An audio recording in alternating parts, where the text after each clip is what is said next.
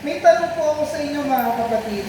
Kung tatanungin kita ngayon, hallelujah, masasabi mo ba sa sarili mo na pinagpala ka? Amen. Masasabi mo ba kapatid, hallelujah, na talagang blessed ka? Amen. Amen. Kasi alam nyo mga kapatid, kadalasan, bago tayo sumagot kung pinagpala tayo o blessed tayo, minsan titignan muna natin yung buhay natin. Titignan natin yung sweldo. Titignan natin mga kapatid yung sitwasyon natin. Titignan natin kung mayroon ba tayong problema bago tayo sumagot na pinagpala tayo. Amen. Naiintindihan niyo po ba? Kung baga doon nakabase yung isasagot natin kung pinagpala tayo. Kapag maayos ang lahat, sabihin natin, oh, pinagpala talaga ako ng Panginoon. Naiintindihan niyo? Pero kapag magulo na ang buhay, parang napakahirap sabihin na pinagpala ang ng Lord. Ayan po ang katotohanan mga kapatid. Pero alam niyo mga kapatid, mapapansin natin, nagbabago ang sagot natin sa bagay na to. Depende sa sitwasyon natin. Amen. Ibig sabihin, kung nagbabago ang sagot natin based on our situation na meron tayo ngayon, hallelujah, baka ang basihan kasi natin mga kapatid ng pagiging mapalad, hallelujah, ay maling pundasyon. Amen. Naintindihan niyo po ba? Dahil kung ang pagiging mapalad ay nakadepende sa sitwasyon mo kapatid, hindi ka magiging stable sa ganong larangan. Naintindihan niyo po? Pero ang totoo mga kapatid, ang tunay na pagpapala, hallelujah, ay yung bagay na meron ka na hindi mababago sa'yo. Naintindihan niyo po? Amen. Hallelujah, kasi minsan iba lang yung pananaw natin about sa pagiging mapalad. Minsan tingin natin kapag masasabi natin ang isang tao na pinagpala o mapalad kapag marami siyang pera. Amen. Amen. Kapag lahat ng bagay nasa kanya na. Kapag maganda yung trabaho niya o mataas yung kanyang posisyon. Pero kung tutusin mga kapatid, karamihan sa atin, hallelujah, sa totoo lang, ayan talaga ang batayan natin ng pagiging blessed. Amen. Sa panlabas, yung mga bagay na nakikita, yung mga bagay na nakakatawa. Sabi ko nga kanina, blessed tayo kapag puno-puno ang wallet. Kapag marami tayong ari-arian, dumami yung bahay mo, hallelujah, marami kang paupahan, talagang pinagpala ka. Yan ang tingin natin mga kapatid. Sa taas ng status mo, grabe. Pero kung natin natin ang ating mga sarili mga kapatid, kung yan ba talaga ang totoong sukatan ng pagiging mapalad, alam natin sa mga sarili natin na hindi. Amen. Naintindihan niyo po? Dahil kung maunawaan natin ito mga kapatid ng mas malalim, magbabago ang pananaw natin. Kasi hindi lang pananaw natin, mga kapatid, ang mababago sa atin kapag naunawaan natin kung ano ba ang ibig sabihin ng pagiging mapalad o pinagpala. Hallelujah, kasi kapag naunawaan mo to, kahit yung direksyon ng buhay mo magbabago. Amen. Marami sa atin ang nalulungkot, mga kapatid, hindi dahil hindi tayo mapalad o hindi tayo pinagpala ng Lord. Hallelujah, kundi dahil hindi natin nakikita kung gaano tayo pinagpala ng Lord. Amen. Naintindihan nyo? Bakit marami mga tao namumuhay na malungkot? Kasi hindi nila na-appreciate yung bagay na meron sila.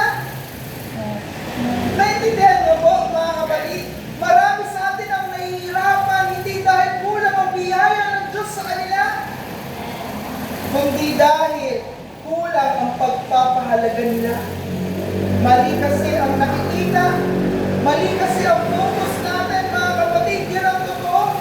Mas nakatingin tayo sa mga bagay na wala sa atin kaysa sa mga bagay na meron tayo. Amen. Kaya natin nasasabi na hindi tayo pinagpala. Pero kung tutuusin, mga kapatid, kung titignan mo sarili mo, sagana ang biyaya at habag ng Panginoon sa buhay natin.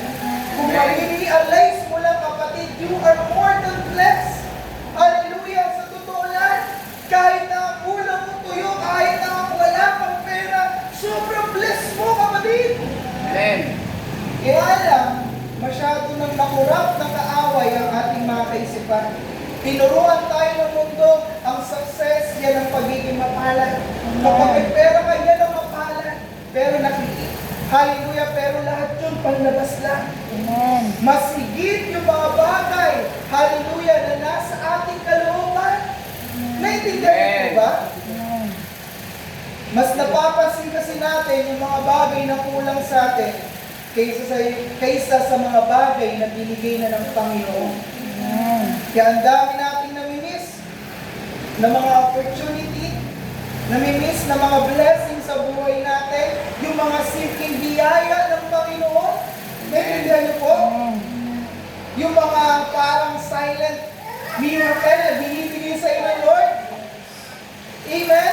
Yung mga bagay na hindi nabibili pero tunay na mahalaga, meron ka nun. Amen. Naintindihan niyo po? Kaya nga sabi ko, nakakalungkot dahil kahit mga Christian na nagiging mali pa rin ang pananaw nila sa nagiging mapalad. Amen. Pero sa binasa natin, sinabi ko na kalinaw, hindi yung maraming bahay ang mapalad. Mapalad ang tao na, hallelujah, sumusunod sa aral na mula sa Panginoon. Amen. Naintindihan nyo? Hindi niya sinabi mapalad ng mga taong may malalaki ang bahay. Napakalinaw, mga kapatid, na ang pagiging mapalad, hindi yan nasusukat sa laman ng bulsa mo o sa bagay na meron ka. Naintindihan niyo po ba, mga kapatid? Amen. Dahil ang totoong mapalad, hallelujah, ay yung magkaroon ka ng relasyon sa Panginoon. Naintindihan niyo po? Amen. Nakakalungkot lang kasi sabi ko nga, marami sa atin, hindi na natin na-appreciate ang blessing ng Lord. Hindi na natin naunawaan, hallelujah, kung gaano tayo pinagpala dahil lang sa mga bagay na nararanasan natin. Amen. Amen. Marami sa atin mga kapatid, alam niyo, nagiging reklamador na tayo pagdating sa Lord. Kasi hindi natin nakikita yung mga ginagawa niya. Amen. Kasi iba yung gusto nating makita. Naiintindihan ko ba natin? Masyado kasi tayong materialistic. Amen? Masyado tayong nakabase sa standard ng mundo. Kaya hirap na hirap tayong abutin yun. Amen? Napapagod tayo, napuprostrate tayo, nag-worry tayo sa mga bagay-bagay. Bakit? Kasi iba ang batayan natin. Pero kung maunawaan mo kapatid itong mensahe na to, na hallelujah, magbabago talaga ang pananaw mo at magbabago ang direksyon ng buhay mo. Naintindihan niyo po? Amen. Kaya nais ko lang magbigay sa inyo ng ilang puntos. Hallelujah, ng pagiging totoong mapalad. Kaya number one na gusto kong talakayin, ang totoong mapalad ay ang taong may Kristo sa puso. Amen. Yan ang totoo. Ang totoong mapalad ay yung taong merong Kristo sa kanyang puso. Amen. Ibig sabihin, meron siyang relationship sa Diyos. Ayan ang totoong mapalad. Bakit? Hallelujah, dahil maaaring wala kang pera. Wala kang milyon-milyon. Pero kapag nasa iyo ang Diyos, kapatid, nasa iyo na ang lahat. Amen.